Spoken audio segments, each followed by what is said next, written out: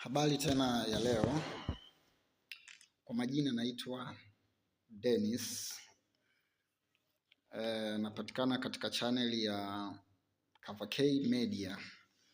Ni channel inayojihusisha na mambo mbalimbali na kutoa idea kwa vijana. Kwa kiasi cha pesa chochote kile walichonacho, mimi naweza nikawapa mchongo. Sasa na leo tena nimekuja na biashara ya vitenge kwa mtaji wa shilingi milioni 1. Angalizo, kuna aina nyingi za vitenge. Ukiwa mgeni utapigwa, maana kitenge cha shilingi 7,000 unaweza kuuziwa 30,000 mpaka zaidi. Kwa kitenge cha shilingi 7,000 inatakiwa unakuwa mzoefu au unatembea na mtu anayefahamu vitenge. Sasa tuje tuangalie aina za vitenge. Mfano, kwa mtaji wa shilingi milioni 1 unaweza ukachukua kitenge cha Duanas. Duanas unaweza ukaanzia pisi 15.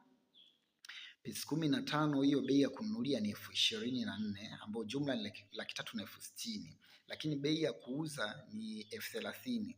Wewe ulinunua 24,000 unauza 30,000 kwa pisi hizo 15. Manake faida ni 400,000 na 50,000. Faida yako hapo ni 90,000 kwa pisi hizo. Unaweza ukachukua waxi namba 1 ukaanza na pisi 10. Waxi namba 1 pisi 10 zinauzwa 19,000 kwa jumla.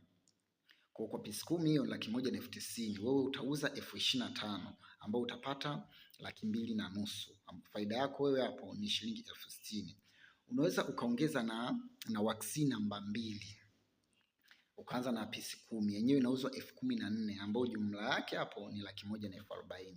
Ila 14,000 wewe utauza 18,000. Huwa vinauzwa 18,000 ambao jumla yake hapo ni 180,000. Faida yako wewe ni 40,000. Unaweza ukachukua pande, kuna hivi vinavyoitwa pande, ukaanza na pisi 10 ambao kimoja kinauzwa 7,000 ambao jumla ni 70,000. Wewe ukauza hizo pande zinauzwa 10,000 ambao mara 10 ni 100,000 ambao faida yako wewe hapo ni 30,000. Unaweza ukaongeza Mackenzie, vitenge vya Mackenzie ambao vinanunuliwa kwa 17,000. Unaweza ukaanzia pisi 10 mara 10 maana yake 170,000. Wewe unauza 22,000, unanunua 17,000 lakini vinauzwaga 22,000 kimoja kimoja. Hiyo ni bei ya jumla nimekupigia, ambayo jumla yake hapa ni 2,20,000. Faida yako wewe hapo ni 50,000. Hivi ni vitenge, unaweza kuongeza kanga na bidhaa zingine. Mtaji wa milioni 1 nimekupigia kama ni vitenge. Kuna mambo ya kuzingatia. Jua aina za vitenge. Tembea watu, angalia umevaa aina za vitenge, ni vitenge gani vinavyotoka. Pia wakati wa kununua linganisha, usitembelee duka moja.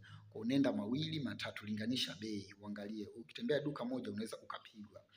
Pia angalia ubora wa kitenge, ni kizito, hakichuji, unene wake, kwa angalia hapo. Nadhani hii itakufaa wewe mdada au hii itakufaa wewe mjasiriamali unaoanza. Kwa majina mimi naitwa Dennis.